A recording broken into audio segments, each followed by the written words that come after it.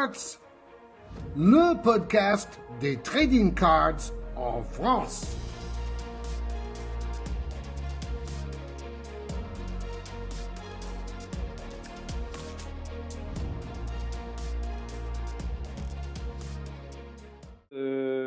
L'idée, c'est de commencer par un petit état du marché parce qu'il y a quand même pas mal d'entreprises de gradation ou même de partenaires qui font le lien avec des entreprises de gradation. On a David Adams maintenant qui font le lien avec PSA en Europe, je parle pas de France, et on a Trace and Chase qui fait le lien avec Beckett. C'est ça. BGS. Donc on commence à avoir des trucs qui arrivent en Europe, donc c'est déjà un bon point, ça fait très très bien. Exactement, Alex. Et puis, on est. Tu m'entends, ouais? Ouais, je t'entends. D'accord, ouais. Non, je suis tout. C'est pour ça.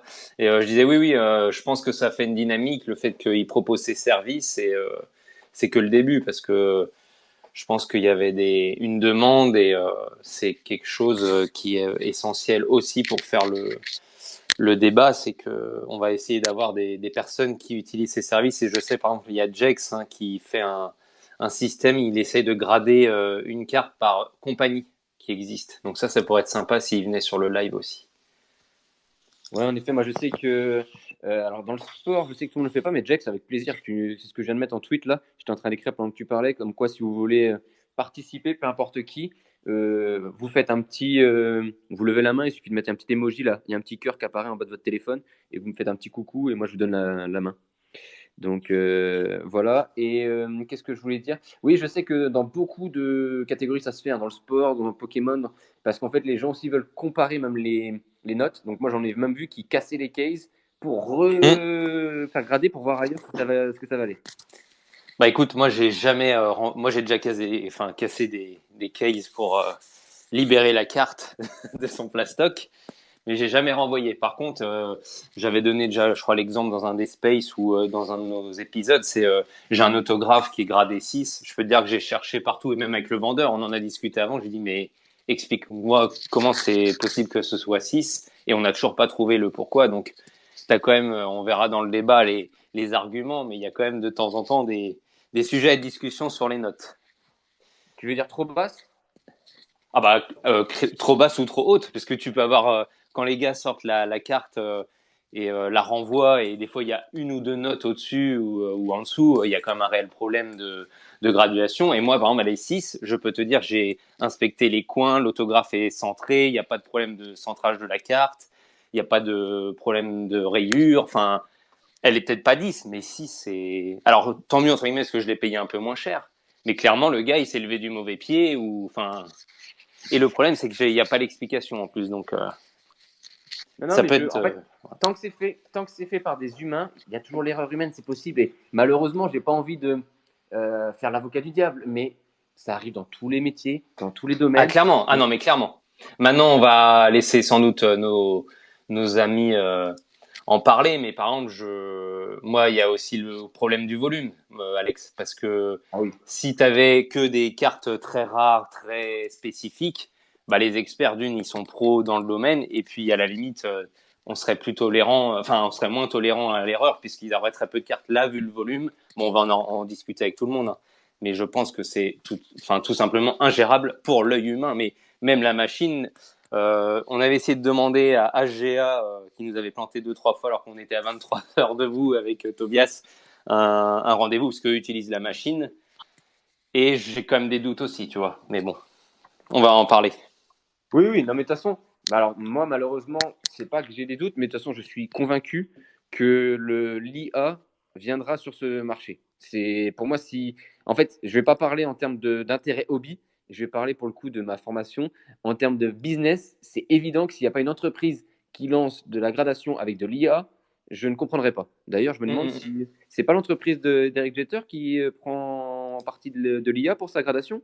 Alors, eux, c'est Arena Club, là, son site. Alors lui, c'est vraiment lui, il est, on va dire, il est actionnaire, hein, on est d'accord. Mais en plus. Hein. Voilà, en fait, c'est un système qui va faire beaucoup de choses. Il y a du grading, de la marketplace, de la revente, du stockage. Donc, c'est quand même assez large. Et le système de gradation est effectivement par ordinateur. Donc j'en ai fait faire une, parce que bon, c'est Derek, hein.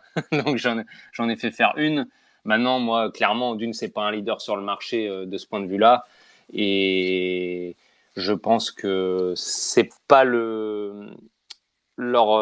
atout principal, c'est vraiment leur service en globalité qui est mis en avant. Mais bon, c'est un des services proposés.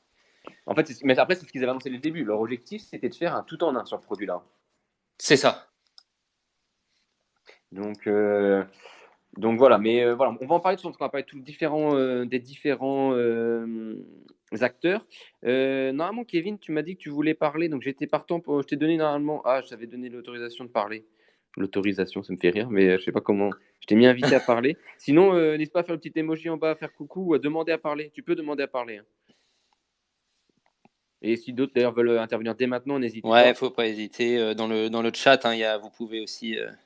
Alors, juste pour faire un petit tour en attendant que les gens fassent la demande et que moi je puisse accepter, petit tour justement du marché par rapport à prendre du plus gros au plus petit. Bon, le plus gros, tout le monde on le connaît, hein, c'est PSA. C'est clairement le plus important en termes de volume, de renommée, etc. Maintenant, c'est pas pour ça qu'ils sont parfaits à tout niveau, mais c'est le plus grand et c'est américain, bien sûr.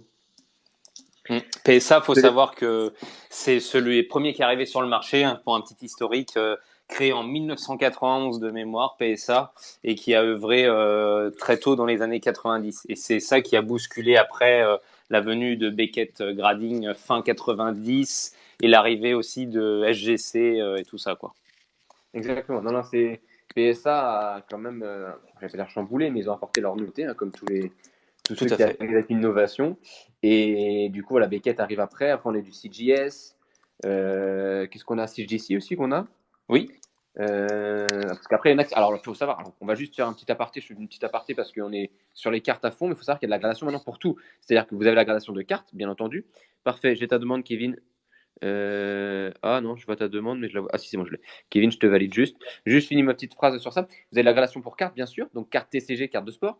Vous avez de la gradation de comics.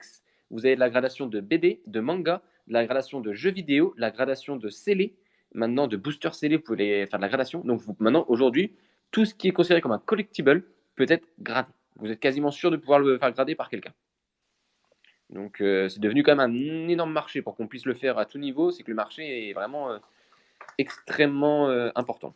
C'est ça, carrément. Et puis, juste pour ajouter un petit truc, moi qui suis un passionné, même si vraiment très amateur de Cardass et de DBZ, eux étaient à la limite très épargnés, entre guillemets, par le grading. Et là, ça y est, ça commence à arriver. Donc, les marchés s'ouvrent énormément sur des choses qui n'étaient pas concernées avant. Et il y a vraiment toujours une demande, hein, donc c'est pas prêt de s'arrêter, hein. Complètement. Faut savoir que là, le dernier élément aussi qui a été mis en gradation, en tout cas qui a eu des soucis, on n'a pas dans les podcasts, c'était les stickers. Donc il y en avait depuis quelques années, puis on apprend en fait qu'ils n'arrivent pas à grader les stickers, qu'ils ne savent pas faire la différence entre du vrai et du faux. Du vrai et du faux. Donc voilà, pour donner une idée. Kevin, je ne sais pas si tu as de nouveau. Ah bah tu n'as plus le pouvoir, Kevin. Non, je ne comprends pas, tu n'as plus le droit de parler. Ça a marché, ça a marché. Est-ce que tu as dû quitter? Je te remets, hein, s'il y a besoin, Kevin. Et on a aussi Xavier qui peut aussi, je ne sais pas s'il a demandé à parler, parce que je sais que Xavier ne peut pas rester trop longtemps de Trade & Chase, mais il peut nous parler de son système avec Beckett aussi. Exactement. Avec grand plaisir. On peut lui libérer la parole, comme on dit. Oui, puis bah, faut que tu fasses la demande. En fait, c'est plus facile si vous faites la demande pour parler et que je vous accepte que l'inverse, parce que ça se voit moins bien. Si moi je le fais, vous n'allez pas forcément voir la demande. Yes. Donc, parce que voilà, lui va pouvoir nous parler de ce partenariat, voir comment ça fonctionne, comment lui il voit aussi le grading. Et salut Xavier. Salut Greg. Comment vous allez? Ça va? Moi je deviens un habitué, hein. Je deviens un habitué du chat, hein. Salut Alex. Ouais. Ça va? Ouais, bah c'est parfait. Si maintenant c'est devenu un rendez-vous, on est parfait. Ah bah écoute, moi je suis vraiment fan. Je trouve ça vraiment bien. Je l'ai déjà dit à Greg 1000 fois. Franchement, c'est vraiment chouette de pouvoir discuter un petit peu comme ça toutes les semaines. C'est bien. J'aime bien. J'aime bien écouter et participer aussi si je peux. Bah avec plaisir, Xav. Bah écoute, toi tu peux nous parler parce qu'en plus récemment avec Trade & Chase, vous avez mis en place donc ce fameux pont avec Beckett, donc ce service de de grading. Est-ce que tu peux nous donner un petit peu ta vision du grading, voir ce que ça peut apporter, comment ça fonctionne, voilà, Écoute, toutes ces petites questions. oui, c'est-à-dire que nous, on avait, un peu comme tout le monde, je pense, qui collectionne les cartes, on avait un besoin de pouvoir trouver une source fiable. C'était surtout ça, en fait, notre but. C'était vraiment, moi, en tant que collectionneur, j'avais toujours un peu peur d'envoyer mes cartes, etc., à l'étranger, et que ce soit gradé aux États-Unis avec la poste, etc. Enfin, pour ceux qui connaissent, bon, voilà, je suis belge, donc j'ai envoyé ça vers Bipost, etc., et qui n'était pas forcément la meilleure solution. DHL est toujours un peu compliqué, ou que ce soit FedEx ou UPS, c'est toujours un petit peu compliqué pour envoyer nos cartes, en tout cas de certaines valeurs, à l'étranger. Donc nous, on avait dans l'idée de, voilà, avec Trace qu'on a développé, c'est d'avoir une relation professionnelle avec voilà, une compagnie qui fait donc le grading aux États-Unis. Mhm. Donc, il est bien D'accord. évident que, comme les gens le connaissent, PSA et Beckett ne font pas de grading directement en Europe. Donc, il n'y a pas je veux dire, de bureau ici où vous pouvez envoyer les cartes, et il y a des gradeurs à l'intérieur. Donc, il faut de toute façon les envoyer aux États-Unis. C'est pas encore développé ici en Europe. Ça arrivera, je pense, à un moment ou à un autre. Mais pour le moment, nous, c'est ce que voilà. On a eu des contacts avec Beckett, on s'entend très bien avec eux. On a toujours aimé Beckett, surtout, enfin moi personnellement au niveau du vintage. Donc Mhm. j'ai quand même pas mal de cartes vintage de Jabbar par exemple que j'ai envoyé chez Beckett. Et je trouve qu'ils étaient D'accord. assez spécialisés là-dedans. Et puis avec le magazine Beckett aussi, ça a fait un lien. Donc voilà, on voulait vraiment travailler avec eux plutôt que PSA. On n'a rien contre PSA, mais c'est juste que c'est une question de goût, je pense. Donc il y a des gens qui préfèrent les slabs Beckett et il y a des gens qui préfèrent PSA. Et nous, on a décidé simplement, voilà, d'ouvrir un pont, comme tu le dis, Greg, par rapport au grading. Et donc, on offre maintenant le service pour le grading de Beckett. Donc, ça D'accord. s'est fait il y a plus ou moins un mois. On a travaillé ça au niveau de notre site web. On a donc la possibilité, enfin, les utilisateurs ont la possibilité de pouvoir faire la soumission de cartes, en fait, et pouvoir les envoyer via Trace and Chase aux États-Unis. Et le retour se fait via Trace and Chase en Europe. D'accord. Et comme j'ai pu commencer à le faire, même si j'ai pas pu aller au bout, mais c'est dans les tuyaux. Forcément, il y a assurer sa carte. Donc j'ai vu le menu est hyper complet, c'est-à-dire que vous allez rentrer toutes vos informations, que ce soit sur la valeur estimée de votre carte, quel service vous voulez, parce qu'il y a plusieurs services aussi proposés par Beckett, authentification de signature. C'est vraiment une palette assez large. Ouais, en fait, ce que nous on a, donc on propose donc la soumission avec grade ou sans grade, donc avec subgrades ou sans subgrades, ou Mhm. l'authentification, désolé, de la carte. Donc en fait, il y a 3 services qui sont offerts. Alors la seule différence, c'est que on a eu des retours par rapport au shipping, par exemple, qui étaient quand même assez élevés par rapport à ce que d'autres puissent proposer. On a donc ces services-là qui sont possibles. Donc, vous avez vraiment une plateforme sur le site où vous pouvez rentrer toutes vos données. Et la seule grosse différence, en fait, que nous, on a décidé de faire, c'est parce que on sait que euh, le problème majoritaire, en fait, des utilisateurs, c'est toujours de savoir où est leur carte. C'est-à-dire qu'ils veulent savoir si ma carte va arriver, quand est-ce qu'elle va arriver, euh, par quel moyen elle sera assurée, est-ce que je vais avoir une assurance par rapport à ma carte, etc. Et donc, on a proposé tous ces services-là et on a un shipping fee, donc un frais d'envoi en fait qui est fixe et qui encourage à envoyer plus de cartes. C'est-à-dire que généralement, c'est très rare les gens qui veulent en Europe juste grader une carte. Mais je pense que nous, on a donné la possibilité, en fait, via l'Express de DHL, de envoyer plusieurs cartes. Donc, c'est-à-dire que si vous envoyez une carte ou 20 cartes, ça restera le même frais d'envoi. D'accord. Voilà. Et Ok, donc tu peux faire du groupé. à ma connaissance, c'est un peu l'idée de toute façon de la gradation, c'est d'envoyer ce qu'on appelle des bulks, non? Ouais, mais c'est en fait ce qui se passe, c'est que là, le bulk est envoyé en fait. Donc, c'est-à-dire que nous, on est évidemment un centre Beckett. Donc, on a l'accord de Beckett pour être un centre Beckett. Mais ce qu'il faut savoir, c'est que nous, donc, on prend en charge en fait l'envoi. Donc, quand ça vient de chez vous, donc c'est-à-dire que quand vous faites la soumission sur notre site, par exemple, si Alex met une carte, qui veut grader une carte ou 10 cartes, par exemple, nous, on envoie un label de DHL qui viendra chercher le package chez vous, le renvoyer chez D'accord. nous, chez Trace Chase, et nous, on s'occupe en fait de tout l'envoi jusqu'au retour des cartes chez Alex. Donc, c'est-à-dire qu'il y a, que ce soit 10 cartes ou que ce soit une carte, on s'occupe de tout en fait. Donc, on s'occupe de l'assurance, on s'occupe de l'envoi, du retour chez vous.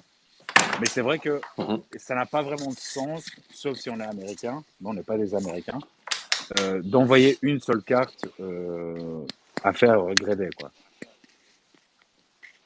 Complètement. Ça, en fait, j'ai rarement vu. Sauf si la carte, c'est une carte justement qui a une valeur, mais tant qu'à faire, autant en avoir plusieurs qui, même si la carte a une valeur qui est bien plus importante que les autres, autant en envoyer d'autres qui ont une valeur plus Bah, petite. c'est-à-dire que si ta carte a une valeur, par exemple, qui est de, je sais pas, moi, je veux dire un montant, mais qui est de 5 000 euros, c'est sûr que les 75 euros de shipping et de savoir que ta carte partira de chez toi et arrivera chez toi à la maison sans que tu aies rien à faire et que tu n'aies pas à t'occuper du shipping ou de l'envoi ou du tracking ou de n'importe quoi, bah, c'est vrai que tu vas pas forcément y penser à deux fois.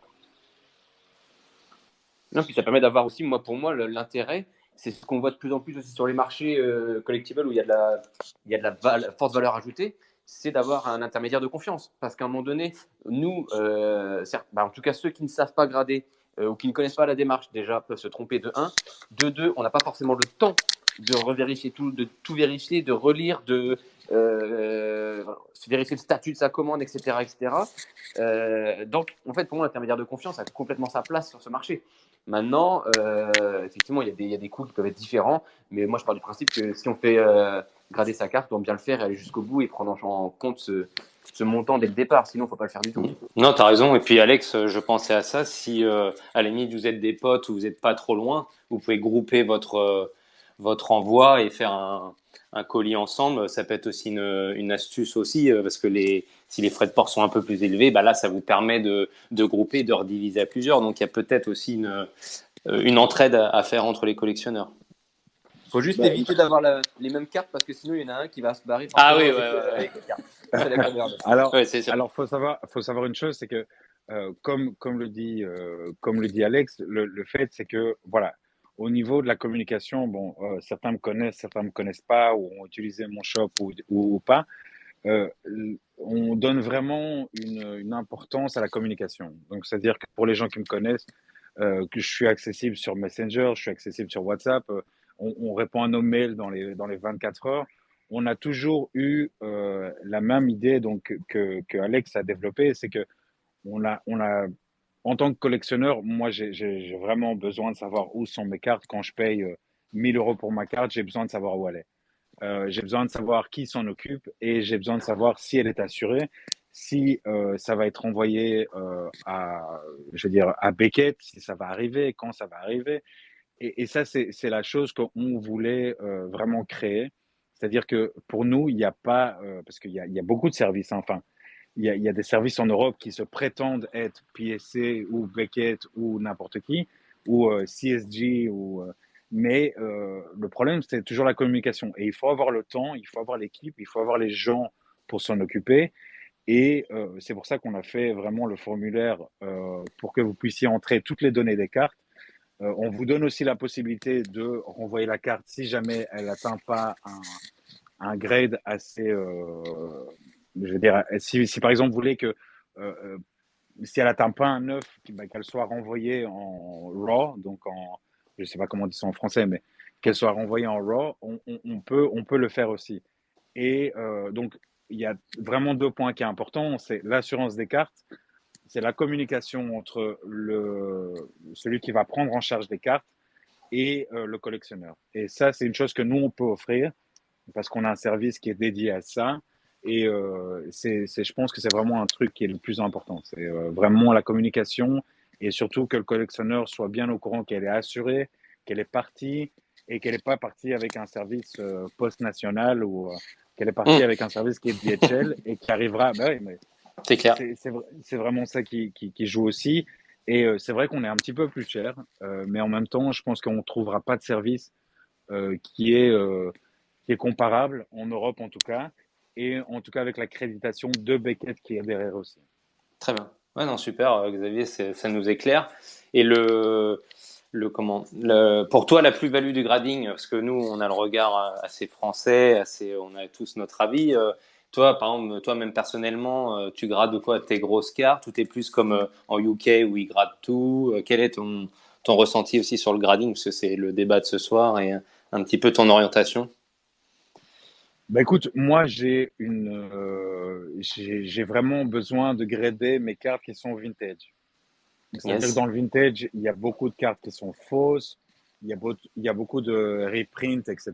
Et j'aime beaucoup, par exemple, bah, je donne toujours l'exemple de Jabbar parce que c'est quelqu'un que je collectionne en dehors de Yanis. Euh, pour avoir des cartes de Jabbar qui sont authentifiées avec l'autographe, etc., pour moi, ça a une valeur. Maintenant, est-ce que ça a une valeur au niveau du marché et de ce que ça vaut? Probablement oui, parce que ça donne vraiment je veux dire, les gens se sentent un peu plus confiants d'acheter une carte qui est gradée et qui est ou authentifiée. Mhm. Mais je pense que voilà, les cartes qui sont un peu plus high-end, ceux qui le savent, c'est toujours un peu plus compliqué de les grader. Ce sont des grosses cartes qui n'ont pas forcément des coins superbes, qui ont, je veux dire, un auto qui peut déborder, etc. Pour la valeur, je veux dire, la valeur au niveau du marché, ça joue énormément. Maintenant, pour moi, c'est plus comment je veux dire, c'est plus une certitude que ce que j'ai acheté, c'est certifié. Et ça peut être certifié par une compagnie comme Beckett, par exemple, qui a une certaine expérience dans le vintage. Ok. Ouais. Ah non, c'est intéressant. Et toi, Alex, tu auras une question pour Euh, Xavier? ouais, je réfléchissais un peu. Est-ce que moi, alors c'est une question. Je ne demande pas une réponse, parce que c'est pas sûr. Le partenariat avec Beckett, l'idée, c'est vraiment une vision dès le début, long terme. Est-ce que c'est un test que eux font via Trace and Chase? C'est pas obligé d'avoir de réponse. C'est pour ça que c'est peut-être une question indiscrète, mais je préfère, moi, ça m'intéresse de savoir est-ce que c'est quelque chose où ils ont une envie vraiment de s'installer en Europe et du coup, avec Trace and Chase, ils veulent taper fort entre guillemets sur le marché européen, ou est-ce que c'est plutôt ils y vont à demi-pas et ils testent et ils voient après?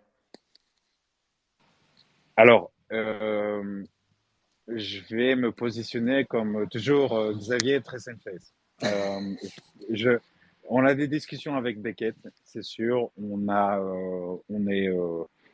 est en discussion avec eux toutes les semaines, etc., pour voir comment ça se passe. Alors, Beckett a je veux dire, Beckett est très connu hein, pour enfin, en tout cas en vintage et généralement en grading. On sait toujours que c'est PSC et Beckett. Beckett a un nom. Nous, on veut représenter ce nom-là parce que c'est un nom dans lequel on croit plus. Voilà, c'est une question de goût toujours, mais notre compagnie s'apparente plus à du grading Beckett que du grading PSA dans un premier temps. Mais Beckett a fait un pas vers l'Europe en disant, voilà, on va ouvrir un partenaire qui est certifié par Beckett et on va leur donner le soin de pouvoir grader les cartes, de pouvoir comprendre le marché européen et c'est sur du long terme. C'est pas quelque chose où ils veulent arriver ici et disparaître parce il y a une demande et je parle pas juste pour les cartes de sport. Je parle par exemple pour Pokémon. Enfin, vous savez très bien qu'il y a un nombre indécent de cartes Pokémon qui ont besoin d'avoir du grading aussi. Et le fait d'ouvrir une porte en Europe pour comprendre le marché, pour voir ce qui se passe ici aussi et pour pouvoir étudier le marché sur le long terme, c'est toujours intéressant. Maintenant, on te dire que Beckett va ouvrir des bureaux ici en Europe, en Angleterre, en France, ou peu importe, je ne sais pas. Ça, c'est pas encore dans les plans. Le plan est de déjà essayer d'offrir un service convenable et sécurisé pour les utilisateurs, et puis voilà, de développer là-dessus. Maintenant, c'est sûr que c'est un service américain, il ne faut pas se voiler la face non plus. S'il y a de l'intérêt, il y aura plus d'intérêt de leur part. S'il n'y a pas d'intérêt, il y aura moins d'intérêt de leur part. Ça, c'est Bien comme sûr. partout. Mm. Mais je pense que le service PSA et Beckett sont des services qu'on devrait avoir en Europe constamment. Même Ah, si le marché va dans le haut ou va dans le bas, on Mm. devrait de toute façon l'avoir. C'est Bah quelque chose qui clairement, devrait être Xavier, parce que, déjà ici. enfin, je te coupe parce que ça me fait penser à ça.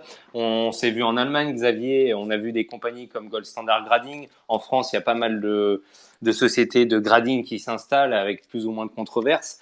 Il y a aussi ce système-là, parce que du coup, tu as toujours le problème de la légitimité. Donc, quel est ton regard par rapport à ces compagnies de grading qui arrivent un petit peu dans tous les sens? Et tu penses pas que le fait, bon là c'est déjà un très bon pas puisque vous offrez ces services, mais qu'ils soient un petit peu sur la retenue en Europe et ça facilite un petit peu le, entre guillemets, le marché du n'importe quoi parce qu'il y a plein de compagnies qui s'ouvrent. Alors, bon, je suis quand même quelqu'un de très réservé, Greg. Tu me connais, hein. Non, mais je vais juste parler pour moi. Je peux pas parler du business des autres parce que Oui, c'est non, quelque non, mais chose qui est assez touchy. oui.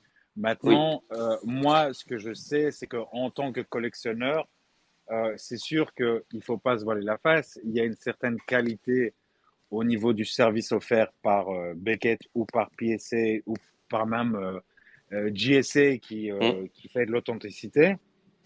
Alors, je tiens à m'excuser parce que je suis dehors et vous risquez d'entendre du bruit, donc je suis vraiment désolé par rapport à ça. Mais euh, la seule chose que moi je tiens à dire, c'est que même si quelqu'un peut offrir un bon service de grading et peut faire son maximum, je pense que ça peut aider. La seule chose où moi j'ai une question par rapport à ça, et tout le monde le sait, c'est la valeur par rapport au marché au second marché, quoi. C'est-à-dire Ok. que si moi je fais grader en Allemagne, en France, au Pérou ou, ou au Zimbabwe, ça ne me dit pas que le marché va forcément avoir confiance en ce que je vends. Hmm. Tu vois, moi, c'est un peu ça ma question. Oui, je vois ce que tu veux dire. Ah Maintenant, ça reste mon avis personnel. ouais. Je Hmm. suppose il y a des gars qui mettent, et je pense que Alex l'a soulevé un petit peu avec l'intelligence artificielle, Hmm. ça peut fonctionner. Après, maintenant, c'est pas le problème de si ça peut fonctionner ou pas. C'est toujours le problème de savoir si le marché et l'industrie des cartes vont leur faire confiance. C'est comme CSG. CSG est une société qui peut être, voilà, ou SGC même, qui est une autre société de grading. Ils vendent des cartes gradées aussi, mais tu verras toujours que la valeur du marché soit toujours moindre que une PSA ou une Beckett. Hmm. Ah ouais, bien sûr. Ouais. Non, non, mais après, c'est aussi, je pense que ce sera la suite du débat aussi où chacun va un petit peu parler du grading et sa vision. Et ça, c'est aussi la sensibilité de chacun qui rentre en compte. Et voilà, après, c'est très particulier. Maintenant, c'est sûr que Beckett ou PSA ont une aura qui fait que dans le sport US. Mais c'est vrai que ma question était aussi, tu vois, tournée vers le Pokémon, qui est très en vogue en France, où tu vois les sociétés de grading arriver. Et c'est même pas pour, tu vois, critiquer, c'est juste en fait se dire, quand tu es collectionneur, il y en a, ils vont se tourner vers certaines sociétés. Après, on voit certains problèmes et même la légitimité de savoir qui c'est Mais qui fait quoi, tu vois, c'est. Greg, permets-moi de parler comme Xavier, Hmm. pas comme Trezenchez, mais comme Xavier. Ah ben vas-y. Hein. Moi, non, mais c'est juste, après, moi, je me pose la question parce que tu parles de légitimité. Il faut pas oublier que ces sociétés-là, comme PSA ou Beckett, par exemple, ont aussi une base de données. Hmm. Tu vois, c'est pas, par exemple, toi qui es dans le baseball, si tu vas faire grader une carte qui est baseball de 1972 ou 52, Hmm.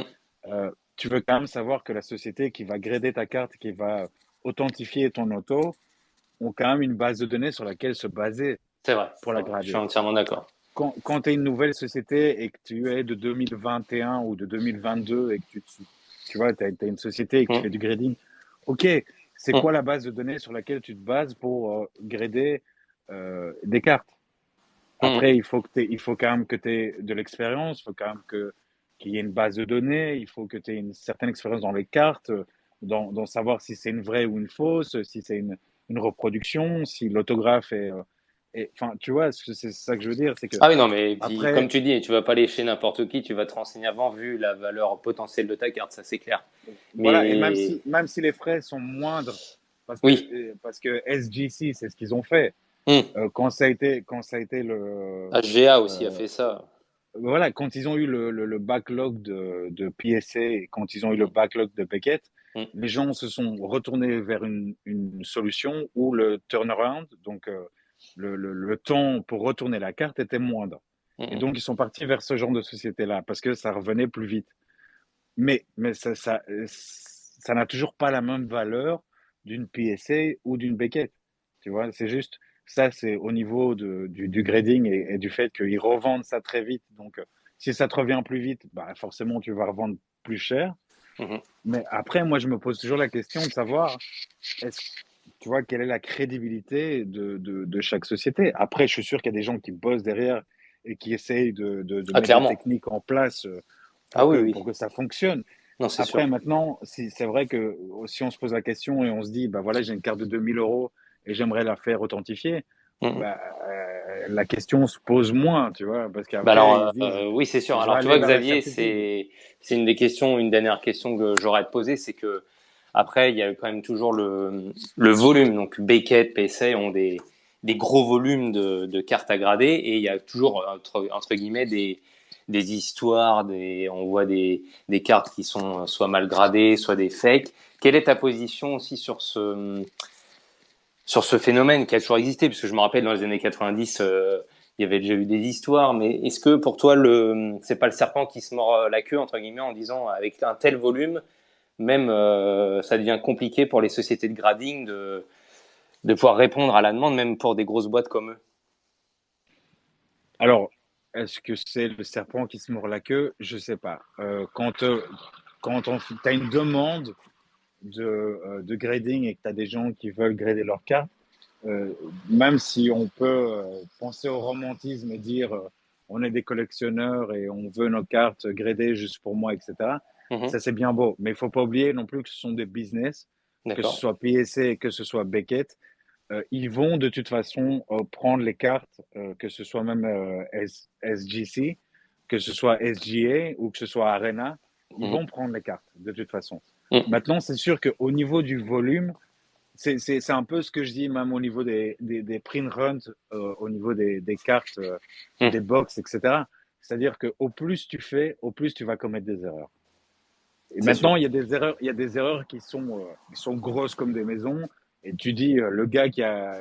Mais en même temps, si on y pense et si on y réfléchit un peu, quand tu vas dans les bureaux, que ce soit de PSA ou de Beckett ou de n'importe quelle compagnie de grading, c'est quand même des humains qui sont derrière. Tu vois? Mhm. Ouais, clairement. A- Après, est-ce qu'ils sont de bonne foi? Ça, c'est autre chose. Mais de toute façon, l'erreur, ça se fera. Il y aura des erreurs. Maintenant, pour le nombre de cartes qui a été gradées par Beckett et par PSA, on voit 3, 4, 5, 6 erreurs, C'est mais ça, qui sont pointés du doigt. on voit pas les 7 000 cartes qui ont été gradées et qui ont été renvoyées vers les collectionneurs. Mhm. Ah Ça, non, mais ça, clairement. c'est ça, c'est toujours. Mais par contre, je me dis, les compagnies qui sont à même de faire le moins d'erreurs possible sont les compagnies plus expérimentées. Tu Mhm. vois? Enfin, en tout cas, pour moi.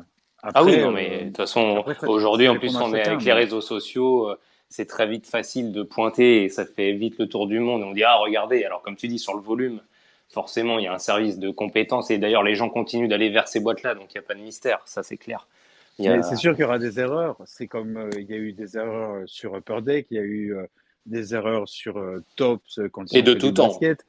Mais la seule chose, c'est qu'on n'avait pas les réseaux pour Oui, faire un post Twitter qui passe, allez, je veux dire, d'Europe à l'Amérique C'est en ça. 2 heures et que tout le monde riposte et que dit, voilà, ben ouais, mais Tops, ouais, mais pas Mini, mais ok, c'est sûr, mais je pense que maintenant, la, tu sais, allez, je veux dire, le commentaire final que j'ai à faire, c'est toujours qu'il y ait des compagnies sérieuses avec un service sérieux Mm. et il y aura du bon et du mauvais dans les deux. Mais, et enfin, coupe-moi si je me trompe, mais en tout cas, les deux compagnies principales qui sont maintenant dans le marché, ça reste quand même PSC et Beckett. Bien sûr. Non, bah c'est très intéressant d'avoir ton point de vue, Xavier. Merci d'avoir un petit peu pris de ton temps sur ta famille, hein, parce qu'on en avait Non, mais discuté en avant. Non, non, mais c'est pas de vrai. souci.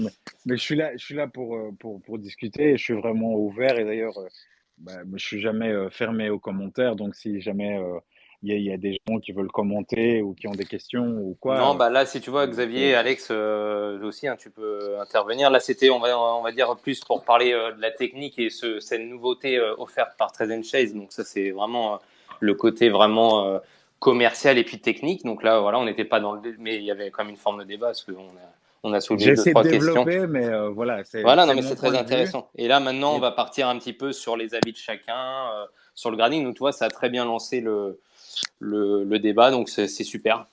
et ben, je suis vraiment content. Moi, juste avant de lancer le débat, on va refaire un petit état des lieux, parce que juste rapidement, on va faire un rapide justement état des lieux du marché français. Parce que le marché international, bon, on a vu, il y a beaucoup aussi d'acteurs, mais on en connaît que, on va dire, 5-6. Bon, on le connaît, il n'y en a que 5-6 qui sont très connus. Mais en France, moi justement, il y en avait qui devaient participer ce soir, et normalement, après le North Collectible, donc après le 8 avril, on devrait en avoir un, voire deux. Euh, En France, il y en a quand même pas mal, particulier dans le TCG. Donc Pokémon surtout, Magic aussi. Après, ils vont même sur du Harry Potter, sur d'autres choses. Pas encore beaucoup sur Dragon Ball. Mais est-ce comment tout le monde voit un peu justement cette avancée, ou pas d'ailleurs, du nombre d'acteurs qui se présentent en France? Parce que moi, je dirais que sans mentir, en l'espace de 2 ans, on a dû passer en France de un qui était PCA, à 10 ou 12. Et je pense que je mens pas. On doit vraiment être pas loin de 10 ou 12.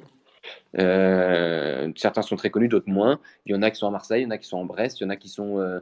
Oui, Olivier, il y en a un qui est à côté de chez toi, il y en a un à Brest. Il y en a un peu partout.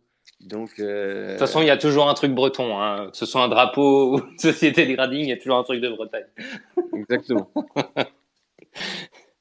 Donc, euh, donc non, non, c'est vrai qu'il y en a beaucoup.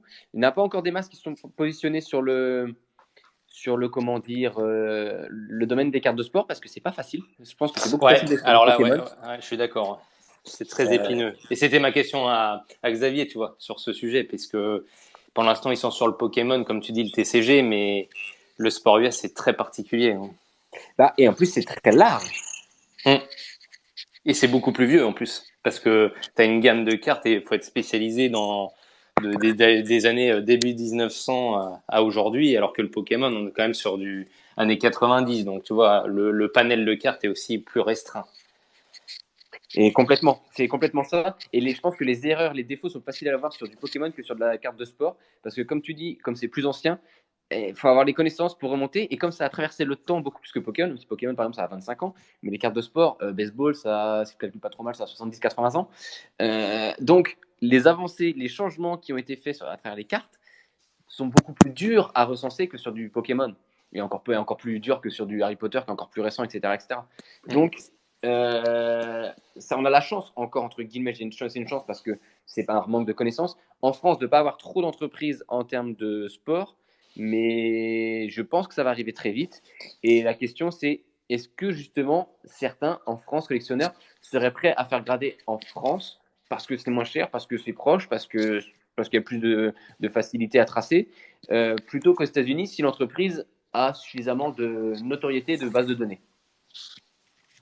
Bah, ce qui serait bien, c'est que n'hésitez pas à venir nous demander, pour qu'Alex vous donne la parole, hein, tous, hein, vous pouvez venir nous donner votre point de vue, ou même vous, si vous avez testé des différentes compagnies de grading. Moi, je sais que par exemple, j'avais vu un petit peu PCA, Alex, toi, tu dois bien connaître. Au début, ils ont eu des gros soucis parce que ils ont été un petit peu submergés. Il y a eu quelques polémiques. Et en plus, derrière, je trouve que dans la culture Pokémon en France, il y en a, ils ne connaissaient pas bien le grading. Et en fait, je lisais des choses et les gens, dès que ça revenait pas 10, en fait, critiquaient la société aussi de grading. Alors que c'est bon. Il faut connaître aussi un petit peu les ficelles. C'est que c'est pas le collectionneur qui donne la note. Donc, il y a aussi une culture et elle doit s'instaurer. Et là, bon, on commence à voir se développer pas mal de choses. Donc, les gens commencent à connaître le grading, mais il y avait aussi un peu de confusion au départ. Exactement, justement. Mais c'est en fait, il y a eu avec PCA, il y a eu pas mal de problèmes qui ont, un peu comme a connu PSA, c'est que déjà effectivement à un moment donné, il y a eu trop de demandes. Donc trop de demandes, il suffit qu'il y ait deux trois éléments qui soient déjà pas complètement maîtrisés à 100%. On rajoute un flux qui est plus important, les erreurs se démultiplient et c'est exponentiel. Mmh. Et ça, il y a eu du souci. Dans les dernières, a priori, non. Et l'autre problème qu'il y avait chez PCA aussi, c'était les boîtiers. Il y a eu beaucoup de problèmes sur la qualité du matériel. Oui, ça va, il y a eu ça aussi. Ouais.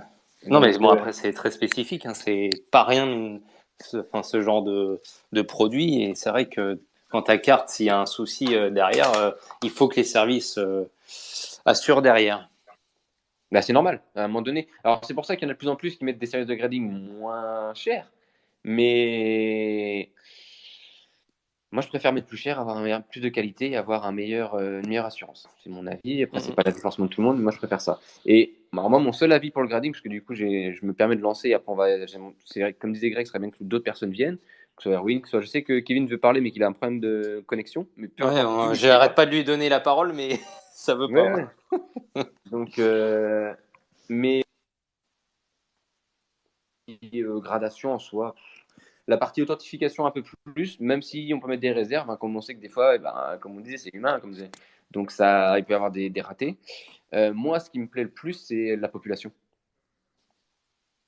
C'est la population, c'est de pouvoir traquer la population et de savoir que telle carte il y a eu X notes de telle carte, etc. Et en fait, l'idéal, dans un monde idéal, ce qui n'arrivera jamais, mais c'est d'avoir une seule la gradation pour tout, comme ça on a les populations universelles. Parce que là, sinon, on est obligé de faire fusionner les différents fichiers pour savoir au final combien il y a de cartes, etc. Mais ça, moi, c'est effectivement la population, je trouve ça intéressant. J'en parlais encore avec Hervé ce midi parce que quand on fait notamment des lancements de produits, tu peux savoir si telle auto est sortie, combien de telles autos sont sorties, etc. Et toi, tu peux savoir un peu où te positionner, comment aller. Et si tu recherches un produit, tu peux un peu Mmh. savoir où aller, quoi. Bah, on a notre ami Reds qui veut venir nous parler un petit peu de ça. Avec Salut. plaisir. Bonjour à tous. Bonjour à tous. Salut, bienvenue. Merci. Moi, ça serait juste pour donner mon point de vue, comme j'ai fait grader pas mal de Pokémon. Donc ouais, c'est vrai que là, ça fait 2 ans, j'ai bien switché entre Pokémon et le hobby. Et le fait d'avoir gradé PCA, ça m'a permis de mieux réinvestir après dans ma PC perso que si j'aurais fait grader une autre société qui vient de se créer. Après, pour ce qui est du sport, je pense que ça arrive de paquer des grosses cartes qu'on veut pas forcément dans notre PC. Donc je dirais pour la revente, ça serait toujours mieux d'avoir PSA et Beckett. Mais s'il y aurait une bonne société en France qui graderait les cartes de sport, moi j'hésiterais pas pour mes cartes perso à y aller si les boîtiers sont sympas et que ça me plaît. Mais Mmh. faut éviter, faudrait laisser voir ce que ça donne parce que, enfin, je vais pas citer de nom, mais de nouvelles sociétés peuvent très vite avoir beaucoup de problèmes et on se rend compte que c'est pas sérieux du tout, en fait. D'accord. Tu parles en France, par exemple? Oui, oui, je parlais en France. Et même D'accord. en Allemagne, hein. J'ai eu le cas aussi avec Ah oui, une d'accord. société allemande, mais c'était pour le Pokémon, mais c'était pas sérieux du tout. Ouais, d'accord. Ouais, donc c'est ça. Hein, c'est toujours le problème. Hein, on l'a soulevé et ça fait du bien que tu viennes nous voir. Et en plus, ça fait du bien de parler de Pokémon parce qu'il n'y a pas que le marché du sport US. Et on voit bien qu'aussi en Europe, hein, Pokémon est en train enfin, ça fait déjà quelques temps, mais explose. Et c'est vrai que le grading, s'est beaucoup développé sur ce genre de produit. Et quand toi, tu dis, ouais, j'envoie et j'ai un souci, ben derrière, comme disait Xavier, est-ce qu'il y a un service après-vente? Est-ce que tu as un retour? C'est toujours compliqué. Ouais, c'est clair, c'est clair. Après, c'est vrai que le mieux, c'est PIC Beckett, mais je pense que ça serait bien aussi qu'en France, on en est au moins une ou deux qui s'y mettent. Même pour les, Qui sortent du lot, ouais, quoi. ou non, juste même peut-être une seule, une entreprise sérieuse qui ferait des beaux boîtiers. Après, je sais pas si on peut citer des noms. Ah si, vas-y, hein, nous on est Ok, libre de marque et de ça droit, hein. marche. Tant qu'on ne sponsorise pas, on peut y aller. Parce que je crois que c'était sur la page Insta de Dom où j'avais vu Tag, ça s'appelait, je crois. Tag. Tag. Ouais, c'était une nouvelle société qui venait de se créer et qui avait franchement, des boîtiers qui mettaient bien en valeur. Si ce type de D'accord. boîtier sortait en France, moi, je pense que j'hésiterais pas trop à les faire garder là-bas. Après, faut toujours avoir un peu de recul et voir aussi ce que ça donne. Parce qu'il peut arriver aussi. Je viens de le voir. Je viens de le voir justement, tag grading. C'est le boîtier noir, on est d'accord. Bah, étiquette noire, pardon. Je crois que c'est tout transparent, il me semble. Ou peut-être c'est peut-être le 10. Moi, j'ai Non, je sais plus. moi, j'ai étiquette noire, moi là, et c'est une société qui a moins d'un an. Ouais, En tout cas, sur les réseaux sociaux, qui a moins d'un an, pardon. ok. En réalité, j'ai pas Je encore. pensais que c'était transparent, c'était peut-être le fond noir. Ok. Et mince, j'avais un dernier point que je voulais dire. Ah oui, aussi ça peut arriver. Après, je pense pour le sport, c'est mieux de rester pour les grosses cartes, même collection perso, sur Mm. du PSA Beckett parce que moi, ça m'est arrivé enfin, au fil du temps, tu découvres une nouvelle carte, tu te dis, il faut que je la finance. Il y a peut-être une carte que tu avais dans ta collection qui te plaît plus trop ou t'as pas spécialement envie de la garder dedans. Tu vas vouloir la revendre. Et on va dire financer au mieux ta prochaine grosse acquisition. Je pense que c'est bien aussi d'avoir un PSA ou Beckett pour en gros maximiser la value de la carte. Mm. Et est-ce que toi, en Pokémon, par exemple, tu as vu que il y avait vraiment une réelle demande où les gens étaient vraiment tournés grading et Ah oui, oui. on sentait qu'il y avait un engouement? Ah oui, Ouais. carrément. Franchement, ouais. Niveau Pokémon grading, parce que c'était un peu ce qui expliquait, mince, je sais plus c'était qui l'avait Xavier? expliqué, Il y a peut-être un petit décalage, sinon. que par rapport au fait qu'en PSA et Beckett avait beaucoup de retard. Et du coup, c'était LGC, l'autre. Non, moi je t'entends, Greg. Hein. Je sais pas s'il y a un souci de ton côté. Moi, j'entends bien. Non, non, mais j'ai pas de souci, hein. Ok. Ok, je croyais que ça. Ouais. Non, non.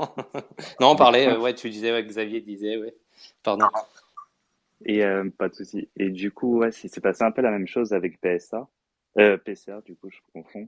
Ils PCA, avaient ouais. pas mal de retard et du coup, bah, il y a toutes ces nouvelles sociétés qui sont arrivées et les gens sont mis dessus, mais on voit que c'est exactement la même fin. C'est qu'au final, il n'y a pas t'as pas forcément de grosse plus-value à la revente, quoi. Ça, limite, ça peut être le prix de la carte en loose, donc ça n'a pas Ah vraiment oui, d'intérêt, à faire grader ta carte dans une de ces sociétés, sauf si c'est pour la garder pour ta PC. d'accord. Ouais, donc il n'y a pas eu une plus-value énorme pour ces sociétés-là qui gradaient. D'accord, c'est intéressant ça. Enfin, moi, c'est ce que j'ai constaté. Après, Hmm. je suis beaucoup plus, on va dire, les cartes de sport que Pokémon, mais j'ai toujours un petit œil dessus. Et c'est ce que j'ai pu voir. Il y en a une qui se démarquait un peu plus des autres des nouvelles, mais sinon, pour toutes les autres, ouais, c'est Hmm. un peu, ouais, c'est ça. Ok, ouais, non, c'est intéressant. Du coup, enfin, rien à voir entre guillemets, tu seras au Gala TCG ou pas? Je vais aller au Paris Card Show en mai parce D'accord, que c'est pas je grave, suis ok. de région parisienne, donc je passerai là-bas. Mhm. D'ailleurs, j'ai une petite question. Est-ce qu'on peut faire du hors sujet à la discussion du grading, mais c'est possible de faire du trade là-bas? Ah oui, oui, oui, Ok, totalement. Au contraire, ok, top. avec ah ouais, non, c'est au contraire, c'est fait pour ça et ça facilite largement et c'est l'idée, avec grand plaisir. Ok. Tu peux y aller Et 100%. pour revenir du coup à la grading, je voulais savoir si Trey Sanchez qui propose le service Beckett serait au Paris Card Show pour c'est-à-dire comme ça se fait beaucoup dans le monde de Pokémon, un dépôt en main propre et pour les envois. Alors, je sais pas si Xavier est encore là. Je suis encore là. Super, Xav. Est-ce que tu peux Je- répondre à notre ami? J'arrive pas à te laisser, Greg. C'est gentil. J'arrive- Alors, Trop attachant, Greg. alors, Reds, pour répondre à ta question, Alors, par rapport au service, comme je l'ai dit, le problème, c'est que moi, personnellement, si je suis au Paris Card Show, je ne prendrai pas des cartes. Parce que je pense que les prendre de Paris, de les ramener en Grèce, etc., je préfère qu'on puisse éventuellement faire le grading et t'envoyer directement à la belle DHL et te l'envoyer à la maison, D'accord. que tu fasses ton packaging comme tu le veux et que les cartes soient envoyées via nous, bien évidemment, mais je les prendrai pas en main propre, en tout cas à Paris. Ok. Ah, c'était pour C'est une question de avoir l'info. service et c'est une question de juste de pouvoir, même pour toi, hein, enfin voilà, c'est donner des cartes à quelqu'un que tu connais pas forcément. Je préfère que ça se passe par un service d'assurance, etc. Et que ce soit vraiment clair et que tu puisses être toi-même rassuré aussi. Mais je serai probablement au Paris Card Show, donc on pourra en discuter si jamais. Ok, très bien. Ah, merci pour ta réponse. Avec plaisir.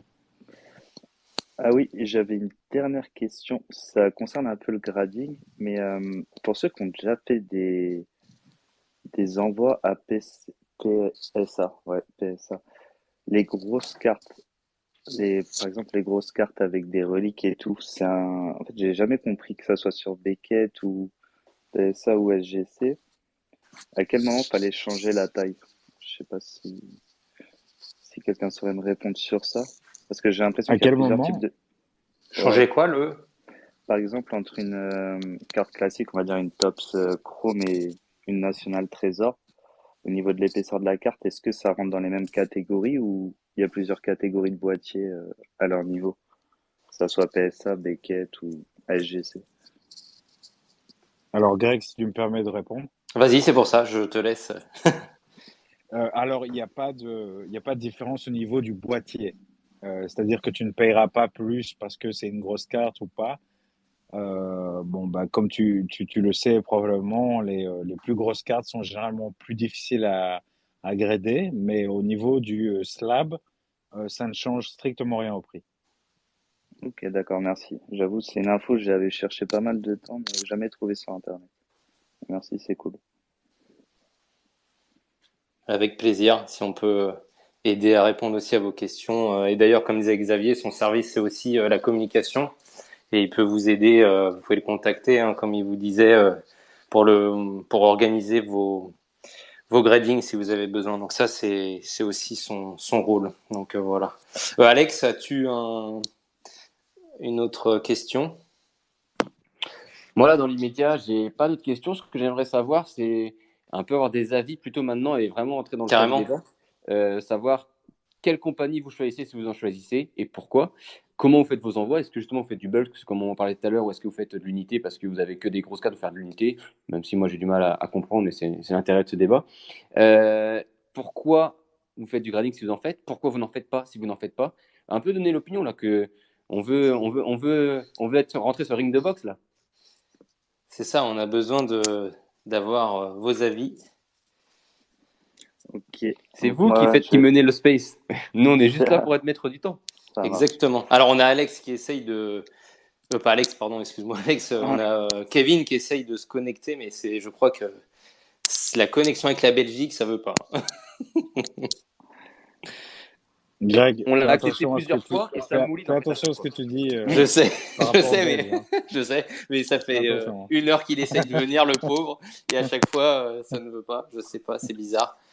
Parce que je sais qu'il a un avis très tranché sur le grading et c'est important qu'on ait tous les avis. Ne soyez pas timide. Hein. Je sais que dans les avis, on en a d'autres. Bon, il y avait Olivier, mais il est parti, qui était tout à l'heure, qui lui fait du grading, mais pas surtout, je crois, donc ça aurait pu être intéressant d'avoir. Irwin pourrait voilà, aussi avoir son avis. Tiens, juste au moment où j'en parle, il y a Greg qui donne la parole. Bon, c'est parfait. Donc, non, mais voilà, n'hésitez pas, tous ceux qui ont un avis dessus, une expérience même, pour avoir une bonne, mauvaise expérience de grading, n'hésitez pas, c'est le moment. Carrément, ouais. Oh, ouais, c'est le but. Bah, tiens, Kevin, c'est bon. Ah, Voilà. ouais. Allez, Izuku Midoriya, vas-y. Bon, il a l'air d'être encore en chargement, Kevin. À mon avis, ça. Erwin est là, je crois. Erwin. Mais Erwin, à toi l'honneur. Allez, salut. Salut. Je vais faire hyper concis. J'avais l'impression de m'entendre parler quand Xavier donnait son point de vue, donc je partage quasiment à 200% ce qu'il a dit, peut-être parce que on est un peu plus vieux dans le hobby, ou je sais pas, mais en tout cas, ou parce qu'on est professionnel sur une partie de notre vision du hobby. Mais je partage à 200% que ce soit son point de vue par rapport à PSA, Beckett, par rapport à la valeur, ce que ça donne sur le marché, etc. Aussi par rapport à son point de vue que en tant que professionnel, c'est mieux de tirer sur personne et juste de constater et donner son opinion personnelle. Voilà, moi après par rapport au marché et ce qu'on disait sur l'expansion, tous les nouveaux, etc.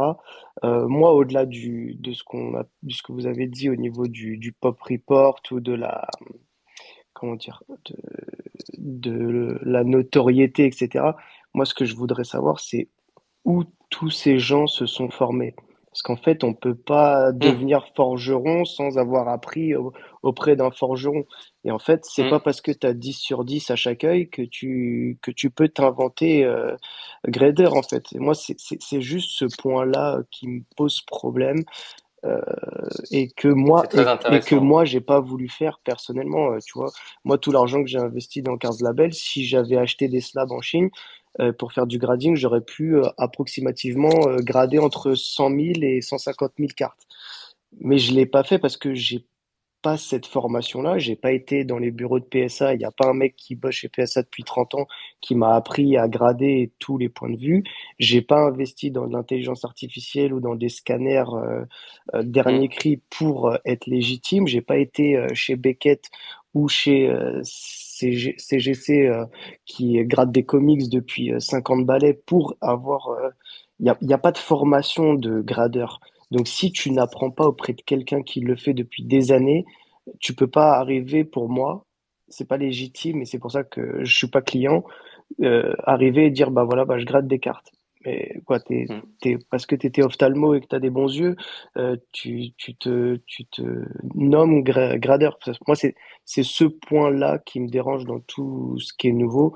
Après voilà sinon dans tous les autres points je vais pas répéter ce que Xavier a dit parce que je partage sa vision et sa pensée à 100% et je suis moi en tant que collectionneur je suis hyper content qu'il y ait lui qui ait récupéré Beckett et Devian Adams qui ont récupéré PSA pour le marché européen parce que pour moi à part ces deux-là je Hum. vois pas personnellement je vois pas d'intérêt autre. Ouais, non, c'est super intéressant comme tu dis, la formation, ça c'est, et la traçabilité de ces gens-là, puisque comme il y a un gros volume, tu te dis forcément, ils ont dû recruter beaucoup de personnes post-Covid, là, quand ça n'a pas arrêté, donc il y a cette question. Et je vous invite d'ailleurs, c'est un petit aparté, on avait fait un podcast avec un Québécois qui a lancé sa propre marque de grading parce que il trouvait que les services n'étaient pas toujours bons et c'est quelqu'un qui était sur le hobby depuis 20-30 ans et qui était capable sur des forums gratuitement de donner son avis. Donc lui, pareil comme tu disais, Erwin, il s'était formé entre guillemets avec le temps, mais il n'y a pas de diplôme quoi. Ça c'est toujours le problème. Ça c'est vrai. C'est un des. Ouais, et enfin, le problème, c'est que c'est ces gens-là qui régissent la valeur du marché. Bah, finalement, pas trop, parce que finalement, c'est Beckett et PSA qui Hum, font vraiment la valeur du marché. Mais tu as des gens qui n'ont pas les connaissances nécessaires et qui vont acheter un disque d'une entreprise qui n'a pas de notoriété ou d'expérience ou de légitimité et qui va potentiellement se faire avoir. Et c'est là, vrai. ça devient dérangeant. Ou alors, tu as des gens qui s'y connaissent pas, qui vont envoyer chez n'importe qui, et quelqu'un qui s'y connaît plus, qui va racheter au rabais, qui va tout casser, donc le plastique, l'empreinte carbone, le machin, je t'en parle pas, et qui va les renvoyer chez les bonnes personnes qui vont faire la valeur. Bon, c'est comme si voilà, t'avais des mecs qui s'inventaient régulateurs financiers au CAC 40, quoi. C'est le, le CAC 40, c'est le CAC 40 et tu peux pas faire du gambling avec d'autres trucs. Moi, Hum. c'est mon point de vue, c'est mon point de vue personnel et c'est aussi ce qui a amené à ma réflexion de moi quand j'ai commencé mon aventure pro à justement pas faire ça. Et j'encourage les gens à potentiellement se former et faire du grading, mais à apporter quelque chose. Voilà, que ce soit en IA ou un nouveau boîtier super qualitatif ou vraiment quelque chose qui va apporter de la valeur et pas juste créer une société de grading parce qu'il y a du backlog chez le leader ou chez le deuxième. Mais moi, je pense, Jérémy, justement, que Maître Magouille t'a entendu et qu'il va créer une école de grading. J'espère bien. J'espère bien. Non, non, mais J'espère juste qu'il l'aura fait avant que vous vous rencontriez à Lille, parce qu'a priori, il y a une bagarre de prévu. c'est clair. Non, mais ce serait potentiellement intéressant parce que tu vois, t'as des entreprises dans d'autres professions qui le font, qui forment à une spécialité qu'eux ont créée ou eux ont de l'expérience et qui font des formations et ce serait potentiellement un nouveau business model pour PSA ou pour Beckett de faire ça pour ensuite développer les marchés, que ce soit en Europe, en Afrique, en Asie, s'ils peuvent pas en termes de logistique s'y implanter, etc.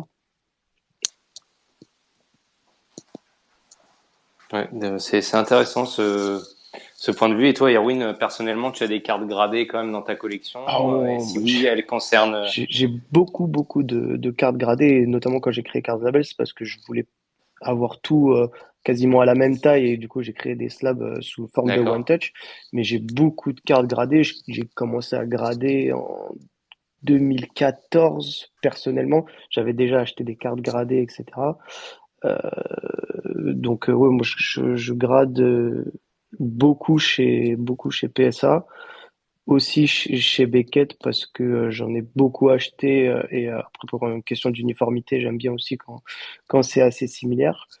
Mais Mhm. voilà, je m'éparpille pas trop. Après, moi, en tant que professionnel, j'ai acheté un slab quasiment de toutes les sociétés de grading pour étudier la forme et le plastique. D'accord, ouais. Ah, sympa, ouais. Et il y a vraiment de tout, hein, on est d'accord. C'est vraiment. Oui, oui, il y a vraiment de tout. Tout, tout est dans la même matière, ça c'est déjà un fait. Ensuite, en termes de forme, il y en a qui ont des bords ronds, il y en a qui ont des bords Mhm. tranchants, il y en a qui sont un peu plus épais. T'as Beckett qui est beaucoup plus épais que PSA, par exemple. Donc la densité de plastique n'est pas la même, c'est beaucoup plus dur à craquer. Euh, T'as PSA qui fait les bords un peu tranchants et le pourtour un peu granuleux. Euh, t'as vraiment de tout, mais tout est fabriqué dans seulement deux usines au même endroit, dans la même ville en Chine. Donc, finalement, tout se ressemble plus ou moins. Tu as, Ah, ouais, ça, c'est une info intéressante, ça, tu vois. tu as que, comment il s'appelle? Ta rare édition qui a créé un boîtier avec le même, qui a la face en verre comme les écrans d'iPhone. Ça, c'est une vraie Mhm. innovation et le slab est beaucoup plus lourd, etc. Mais la protection est quand même plus importante et euh, c'est CGS qui a créé un nouveau moule pour avoir un boîtier avec des bords plus arrondis et injecter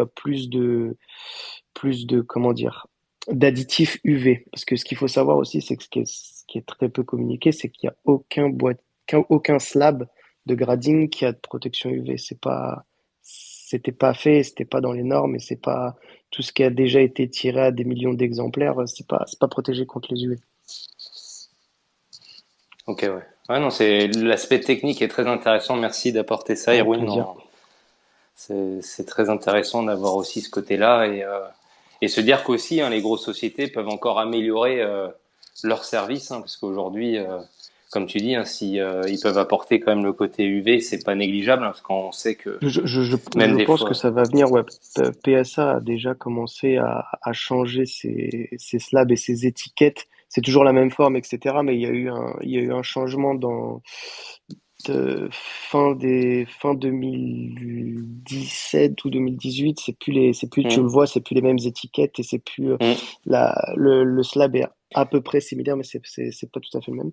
Ouais, et puis ils ont commencé à inclure le QR code aussi. Je sais plus à Exactement, ce moment-là. exactement. Mais je pense que ça va venir. Après, le problème, c'est que c'est des investissements, c'est Hum. renier un peu ce que tu as fait avant, etc. Donc en termes de com, c'est un peu plus dur je pense, pour eux, plutôt que pour des nouvelles sociétés de notation, d'arriver avec un nouveau boîtier plus performant. Mais pour PSA, Beckett, SGC et CGS, c'est difficile de revenir en arrière par rapport à déjà le million d'exemplaires que tu as déjà sorti. C'est pas forcément la bonne com. D'accord. Pourtant, ça reste une innovation, donc tu améliores ton produit. C'est vrai que c'est paradoxal. Ouais, mais tu imagines l'argent perdu si Oui. s'il y a un besoin de Rislab, si tout le monde dit bah non, Hmm. moi j'ai payé et Mhm. j'ai eu un truc moins bien, C'est vrai, c'est est-ce vrai. que C'est est-ce que vous pouvez me le refaire? Je pense qu'ils vont le refaire, mais ça risque d'être de l'argent perdu et du plastique Mhm. gâché. Et Après, moi, je voudrais juste ajouter un truc. C'est salut Erwin. salut Xavier. Euh, Moi, je voudrais juste ajouter un truc. C'est comme a dit Red. S'il y a quelqu'un qui devrait vraiment avoir une crédibilité au niveau des slabs et au niveau du grading en France, je pense que j'ai rencontré Erwin une fois au Paris Car Show et je pense que Erwin fait vraiment du bon boulot et que lui pourrait, par exemple, tu vois, avec ses connaissances, etc., pourrait éventuellement nous donner la confiance d'avoir une compagnie de grading en France. Voilà, c'est tout ce que je voulais dire parce que je trouve qu'il est vraiment pro et qu'il fait du bon boulot et qu'il a une connaissance sur le produit et que si on cherche des gens, bah, c'est des gens comme Erwin qu'on devrait avoir dans le grading en France. Et voilà, au niveau de son boulot, voilà, je pourrais jamais le dire assez. Tu le sais, Merci Erwin, je te beaucoup le dis Xavier, ça fait via plaisir. email. Et franchement, il y a des choses qui se passent en France, même au niveau des Slavs, etc. Et ça vaut quand même son pesant d'or et il faut y faire attention aussi. Merci beaucoup. Eh ben, c'est une belle passe d'armes. Il y a des choses à faire. Il va falloir. Ça va ouvrir des ponts aussi. Hein, il faut. Hein, parce que nous, on est fan aussi de Cards Label. On adore ce que tu fais et c'est aussi un. Comme tu dis, ça peut être. On peut avoir des cartes gradées, mais aussi un compromis de vouloir protéger, embellir sa Ouais, non, carte d'une mais autre manière. complètement. Et puis je rebondis sur ta première question de tout à l'heure. C'est pas parce que je fais un boîtier qui n'est pas de grading que j'ai pas de carte gradée. Je respecte C'est pour je ça que je te respecte posais la question. énormément cette partie du hobby parce que j'en ai aussi. Et si on part sur l'aspect financier, c'est une partie de mes cartes gradées que j'ai depuis ma collection d'il y a des millénaires qui m'ont permis de financer Cards Label parce que je les ai revendus pour malheureusement entre guillemets pour financer Pour investir. pour investir et financer mon projet. Donc non non moi j'ai des cartes gradées, j'achète encore des cartes gradées encore hier. Donc voilà c'est au contraire je après voilà moi dans ma vue du hobby et vue du print run, etc., j'estime à peu près que tu dois avoir 5% ou 10% des cartes qui sont worth it d'être gradées. Je pense que Je suis bien d'accord. je, Ça, c'était un point qu'on voulait soulever, c'est Alex. c'est mon point de vue. Je pense qu'il faut pas tout grader, etc. C'est des frais d'envoi et que c'est de l'argent dépensé. Enfin, avant de, parce qu'après on va dire que je parle trop, mais pour raconter une dernière histoire, c'est que moi j'ai des amis qui sont dans le hobby depuis longtemps aux US, etc. Et on a un ami qui était au chômage avec le Covid et il a fait grader tout et n'importe quoi. Ce qu'il faut savoir, c'est que chez PSA, tu payes en fonction de la valeur des cartes, etc. euh, au moment T. Et tu avances aussi pas mal de frais pour protéger tes cartes, les frais d'envoi, etc., etc. Et avec le backlog, il a eu les cartes quasiment 18 mois plus tard. Les valeurs ont complètement chuté et il a perdu un fric fou. Mm. Et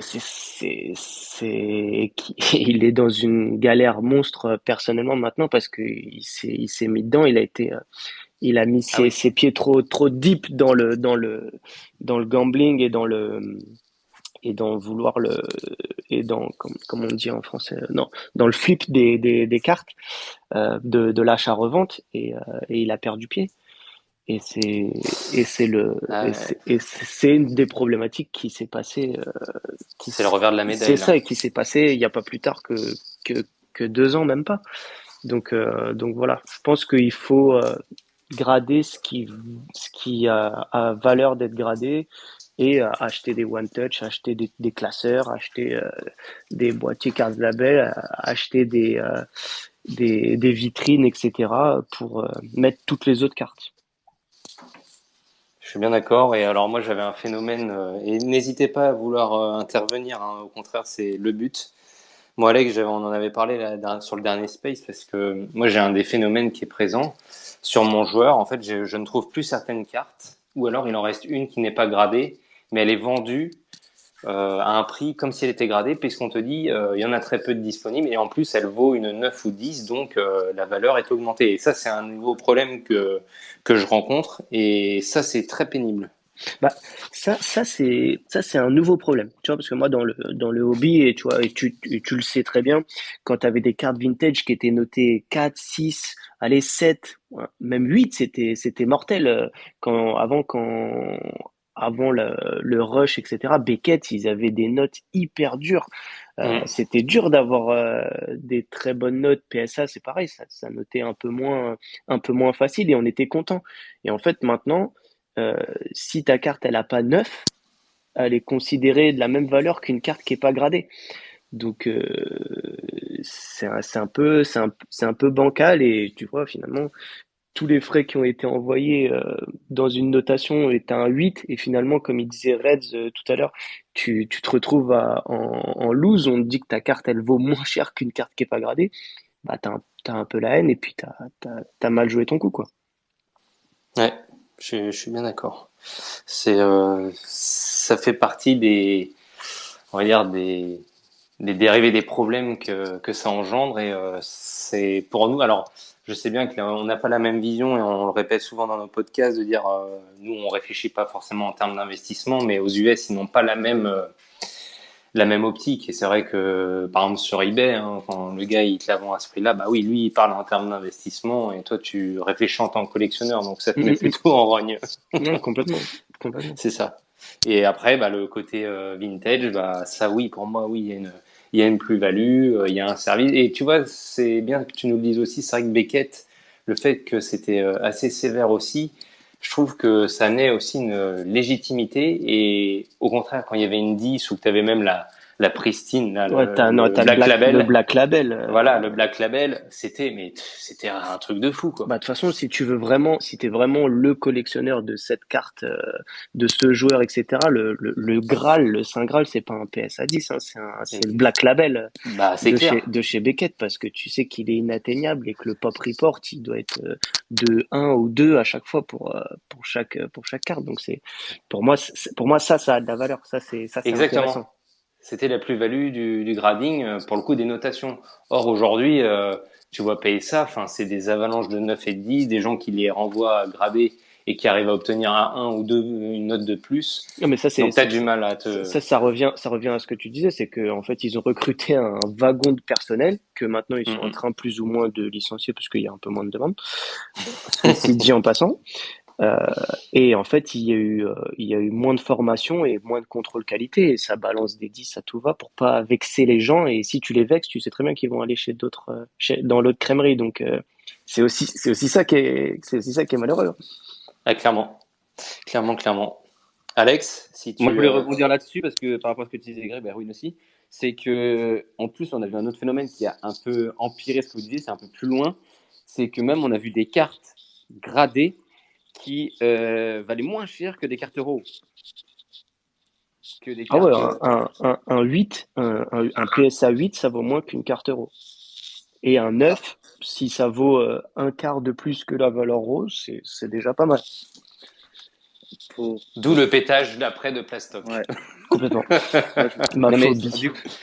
du coup, ça veut surtout dire que potentiellement, c'est un investissement à risque, mais dans le même genre d'investissement, je préfère à la limite aller ouvrir du scellé plutôt que d'aller faire du grading parce que je pense limite les ratios peuvent être plus intéressants, quoi. Quand on compare le coût de la gradation pour obtenir un 10, parce que de nos jours c'est 10 ou rien. Avant, si tu achètes du scellé qui a quelques années, je rejoins ta pensée. Là, maintenant, les industriels, ils ont tellement balancé sur le print run que Hmm. je pense que tu as moins de chance quand même qu'en grading. Ouais, et puis bon, Pour, on en pour, revient à pour, la tom- question pour de. tomber sur le Saint Graal en scellé maintenant. Ouais, il y a ça. Et puis on en revient à dire aussi ce qu'on disait tout à l'heure. Il y aurait quoi, les 5-6% des cartes qui devraient être gradées, hormis, Oui. alors qu'aujourd'hui, on est sur tout et n'importe quoi. Donc en fait, forcément, derrière, bah, ça t'ouvre des portes c'est du grand n'importe quoi. C'est du grand n'importe quoi. Mais ça, on n'est que spectateur de ça, parce que ça reste, comme disait Xavier, un business aussi. Donc forcément, les compagnies vont pas dire, bah non, on grade pas certaines cartes. Mais c'est aussi derrière le revers de la médaille, comme le gars dont tu disais, qui a voulu faire de l'investissement de masse. Et derrière, quand le marché se pète un peu là, ou revient à la normale, où tu veux penser faire des plus-values énormes, et ben, tu te casses la figure, quoi. Voilà, là, tu vois, en même temps qu'on se parle, je suis sur Twitter et il y a une carte qui s'est vendue quatre fois en 5 ans. De 500 euros, elle est passée à 400 000 euros. 1 an plus tard, le mec, il l'a revendue 300 000, donc il a déjà perdu 100 000. Et Et là, voilà. elle vient de se revendre 100 000.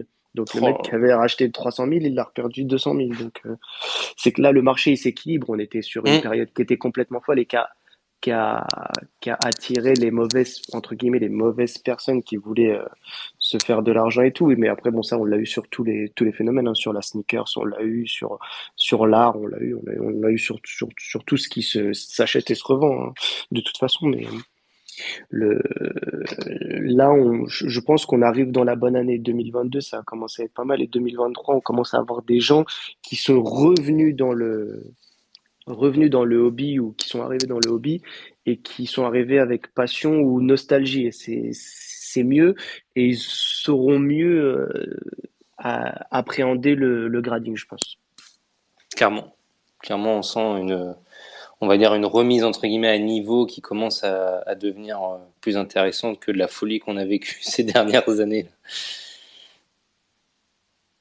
Moi, juste mon avis par rapport à l'arrivée des gens qui sont arrivés pendant l'effet Covid. Je suis d'accord qu'il y a eu, on va dire, des personnes qui étaient entre guillemets néfastes entre les investisseurs, mais ça a permis, et moi le premier, mais pas que, je sais que j'en ai parlé avec plein de monde, ça permet aussi de revenir sur certaines collections qu'on faisait plus.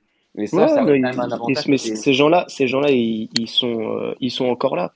Les investisseurs, ils sont où là maintenant que le marché il est un peu freiné, il se casse un peu la gueule, etc. Ils sont Bah, déjà partis.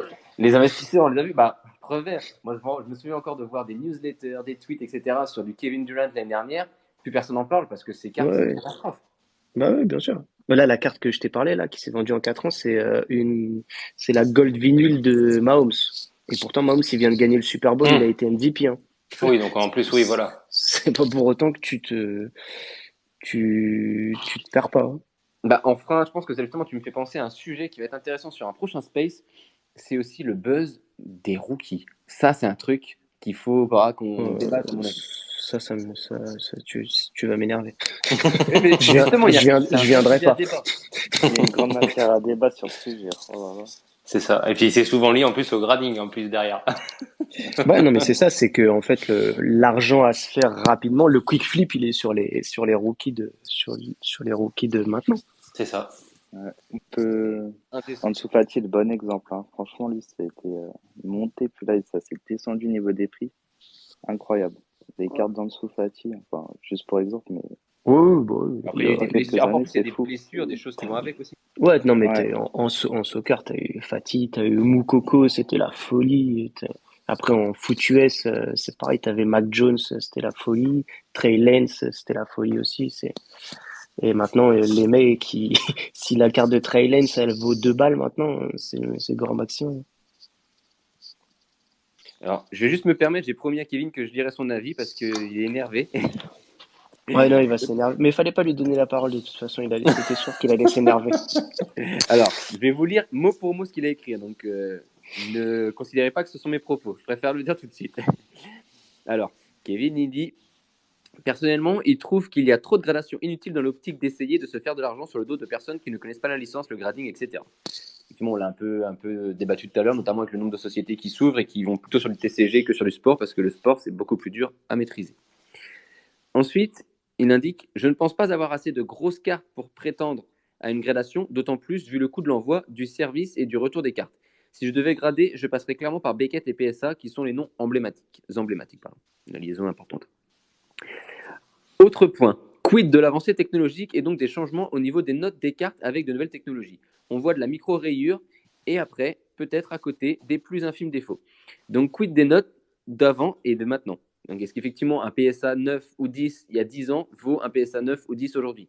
Clairement, à mon avis, c'est pas le cas. Mais voilà. Ça doit jouer sur la valeur finale des cartes. Pour les petits collectionneurs, entre guillemets, je trouve que le grading n'a pas vraiment d'intérêt. C'est son point de vue. C'est pour ça que pour ma collection, je passe par des boîtiers cartes label pour embellir et présenter ma collection. Tu l'as payé en fait, Erwin, c'est ça que tu voulais pas nous le dire. Et ça c'est fini. En tout cas, le service proposé par Trace and Chase me paraît pas mal du tout si je devais faire de la gradation. Voilà. Donc je sais pas si vous voulez intervenir suite à ça, si d'autres sont d'accord, ont le même avis, ne l'ont pas. Non, bah ça reprend, je trouve, un petit peu tout ce qu'on a dit et ce qu'on peut penser. C'est qu'il y a du pour et du contre, et il y a forcément des dérives, des choses qui sont pas bonnes, et il y a pour d'autres cartes et des services qui sont très bons. C'est tout le paradoxe, et on en vient toujours je pense que le sujet central, c'est la proportion déjà de grading, parce que si dès le départ il y avait eu on va dire des choses limitées et un service hyper high-end, bah forcément, on n'aurait pas eu, je pense, presque ce débat, tu vois. Il fallait que quelqu'un fasse l'unanimité, pour le moment, on ne l'a pas. Ah, Hervé est arrivé, attention. Salut Hervé. Salut. Ah, il se connecte. Mais je crois que si tu voulais dire quelque chose, n'hésite pas, tu prends la parole, on te l'a donné, n'hésite pas.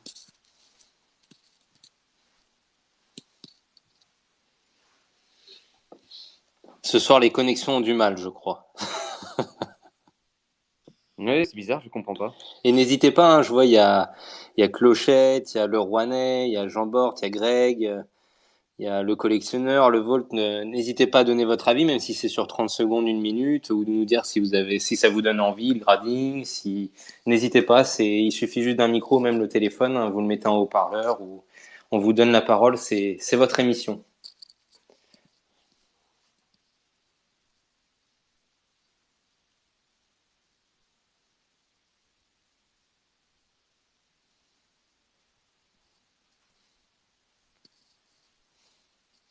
Bon, après, au pire des cas, ça fait déjà quand même quasiment 1h30 qu'on est dessus. Et je pense qu'il y aura. L'idée, c'est comme je disais, c'est que dans 3 semaines, on revienne, 3 semaines ou un mois, on revienne dessus avec des personnes justement de la gradation. Potentiellement, j'essaie d'avoir quelqu'un qui fait la même chose que Xavier Trace and Chase, mais avec PSA. Normalement, ça pourrait se faire, je vais confirmer. Et une autre entreprise de gradation française qui est dans le TCG, parce que ça permettra aussi d'avoir un avis qui va peut-être contredire ou avoir, je vais dire, le versant de la montagne qu'on n'a pas, tout simplement. C'est ça, et puis à Lille, il y aura, c'est quoi le nom de l'entreprise qui sera là et qui sera sur place? On ira les voir et on verra avec eux comment ils procèdent et ce qu'ils proposent.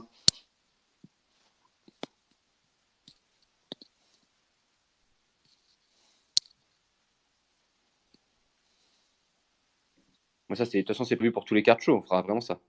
Carrément. On ira échanger, mais ce sera avec les entreprises de grading, mais avec toutes les entreprises en général, donc ne vous inquiétez pas. C'est ça. Bon, on est pas mal, moi, Alex, déjà pour un premier. Hein. C'est sûr que ça aurait été cool qu'on ait d'autres intervenants. Je pense qu'on a eu un bon space, là. Totalement, c'est intéressant, et puis c'est constructif surtout.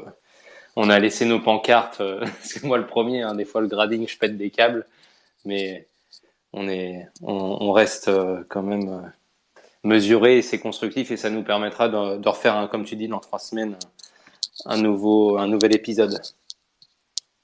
Exactement, je pense que ça peut être intéressant des fois de faire des spaces qui durent que 1 heure, 1h30. C'est ça, je suis bien d'accord. Pouvoir ensuite aller sur des choses un peu plus poussées, sur d'autres spaces, plutôt que de dire 4-5 sujets ou 4-5 sous-sujets, parce qu'après, on ne termine jamais. Et les prochaines fois, on essaiera aussi de se booker les intervenants aussi pour essayer de faire venir un petit peu plus de monde pour éviter aussi qu'on prenne trop la parole, même si là, on a vu que les gens étaient plus pour écouter, et c'est très intéressant aussi, mais qu'on ait d'autres avis. ce sera aussi à bosser sur nos prochains. Ouais, bah là, malheureusement, le problème, c'est que sur Twitter, moi, tous ceux que j'ai, effectivement, ils ont tous Insta. Là, il y a une amie qui m'a réécrit tout à l'heure qui m'a dit qu'il voulait venir. C'était une demi-heure. Je leur ai envoyé le lien. Voilà, je ne les ai pas vus. Eh oui, que veux-tu? C'était la technique. Bon, en tout cas, C'est merci à tous. Merci, Alex. Merci à vous, les Greg, gars. c'est toujours un plaisir. C'est mortel. Merci à tous. Donc, Avec on grand continue plaisir. ça. Et puis on va vous le mettre dispo en replay sur le podcast et ça permet aussi à pas mal de gens qui m'ont dit bah c'est vrai un lundi soir à 21h, je comprends qu'on puisse pas non plus parler de cartes tout le temps et ça permet de réécouter et on a du monde qui écoute donc vos interventions sont bien entendues par la communauté podcast. Et en plus, pour le prochain Space, bah, Irwin pourra peut-être donner quelques infos sur son futur teasing. Oh la prise d'otage. Je vais réfléchir. Je suis tellement content de moi. Bien vu, J'ai Alex. un flingue sur la tempe. C'est ça. Bon, bah, en tout cas, merci à tous et à très vite. Merci à vous, les gars, d'organiser ça. Bonne soirée Avec plaisir. à tous. Salut, merci Alex. Ciao. Ciao, merci Greg. À la prochaine, gars.